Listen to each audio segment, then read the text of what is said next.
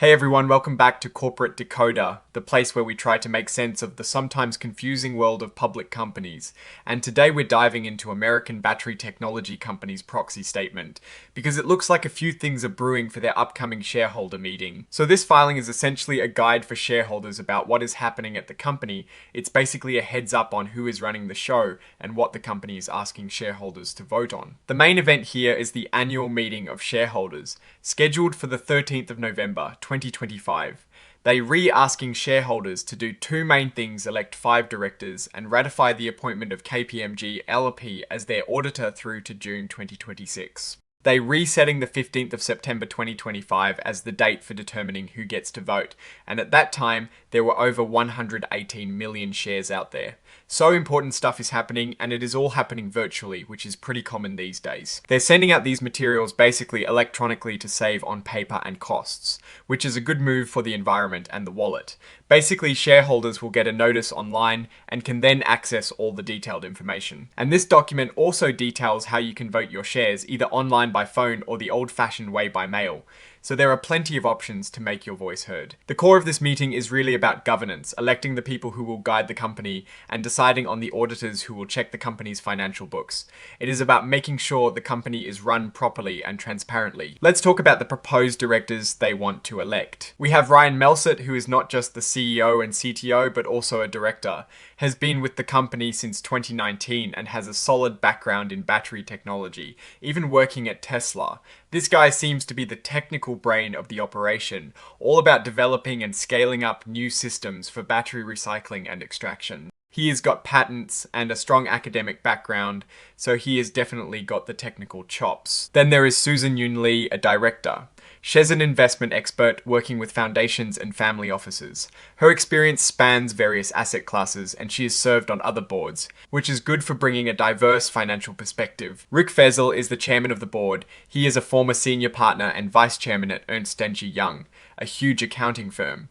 This means he brings a ton of financial and auditing experience, which is crucial for someone overseeing the board, especially with his background in risk management and growing businesses. Elizabeth Lowery, another director, has a background in sustainability and ESG, working for consulting firms and previously at General Motors. She has also been a general counsel, so she has got a legal and environmental angle, which is becoming super important in the battery sector. And finally, Lavanya Balakrishnan, also a director. She is a senior financial executive with experience in corporate finance and mergers and acquisitions, particularly in the energy sector. She worked at Morgan Stanley for a long time, advising on power and utility companies, so she's got significant financial advisory experience. The company recommends voting for all these director nominees. Essentially, they're saying these are the people they trust to guide the company for the next year. This section details how the board is structured and how they approach their work. They have independent directors, which is good for oversight, and they've clearly laid out the responsibilities of their committees, like the Audit Committee, Compensation Committee, and Nominating Committee. The independence of directors is key to making sure decisions are in the best interest of shareholders, not just management. They actually talk about board composition and what they look for in directors: integrity, experience in management, finance, and industry knowledge. They don't have a formal diversity policy yet, but they are considering various backgrounds and perspectives. Now, for a part that always gets attention, the executive compensation section. This table lays out how much the top folks at the company were paid. For the fiscal year ending June 2025, Ryan Melsert, the CEO, took home a total compensation of almost $1.6 million. Stephen Wu, the Chief Operating Officer, earned over $942,000, and Scott Jolcover, Chief Resource Officer, received around $511,000. Jesse Deutsch, the interim CFO, made about $421,000. Looking at the outstanding equity awards, it shows that a lot of the executive compensation is in the form of stock and warrants. This is a common strategy to align the interests of executives with those of shareholders. If the company does well and the stock price goes up, their equity awards become more valuable. The employment agreements themselves detail the salaries, bonuses, and the hefty equity packages. For instance, Ryan Melsert's agreement includes a base salary of $425,000, but he is also eligible for performance-based bonuses and significant stock and warrant grants. They also outline what happens if employment is terminated without cause, including severance and continued benefits, which is pretty standard stuff for executive contracts. This section is really interesting because it tries to connect what the executives were paid to how the company actually performed financially. They show that for the fiscal year 2025, the total shareholder return was 5.35, but the net income was a loss of over $46 million. Then in 2024, the shareholder return was even lower at 4.13, with a net loss of over $52 million. And in 2023, they had a positive shareholder return of 38.12, but still a net loss of over $22 million. They also detail compensation for non-employee directors.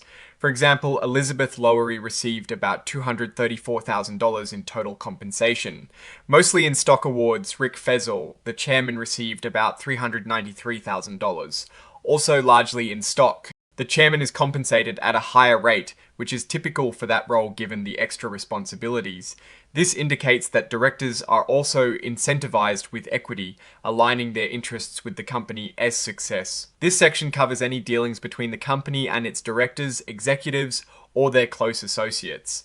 They state they have policies to review and approve these transactions, and it seems there are no major related party transactions that stand out as problematic here. And who owns the company? The table here shows that Ryan Melsert, the CEO, owns about 2.36% of the company, which is a decent chunk. Scott Jolcover and Stephen Wu also hold shares, as do the other directors. Combined management and directors own roughly 2.8% of the company. That is not a super high percentage for insiders, which can sometimes be a concern, but it shows they are invested in the company's future. Lastly, let's touch on the auditor. They re-proposing to keep KPMG. The fees to KPMG for the fiscal year ending June 2025 were about $750,000 for audit fees, an increase from roughly $717,000 in 2024. This is standard for an audit, and it is good that they had an established firm like KPMG that they are sticking with. Now, looking at American Battery Technology Company, it is clear they are a growth company in a rapidly expanding industry.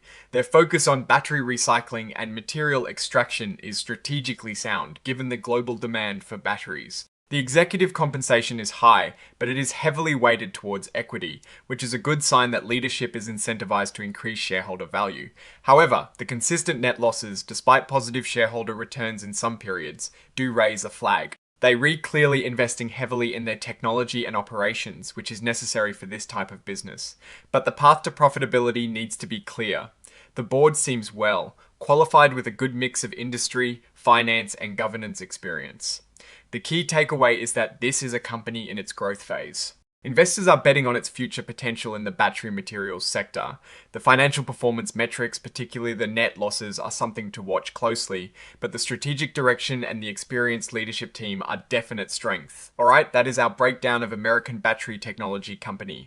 proxy statement. What is your take on these numbers and what they signal for the company's future? Do you think their growth strategy will pay off? Drop your thoughts in the comments below. If this analysis was valuable, hitting that like button really helps us out, and subscribe for more deep dives into critical corporate documents. Don't forget to check out our Discord community in the description, where we discuss these filings and more. Thanks for watching. See you next time.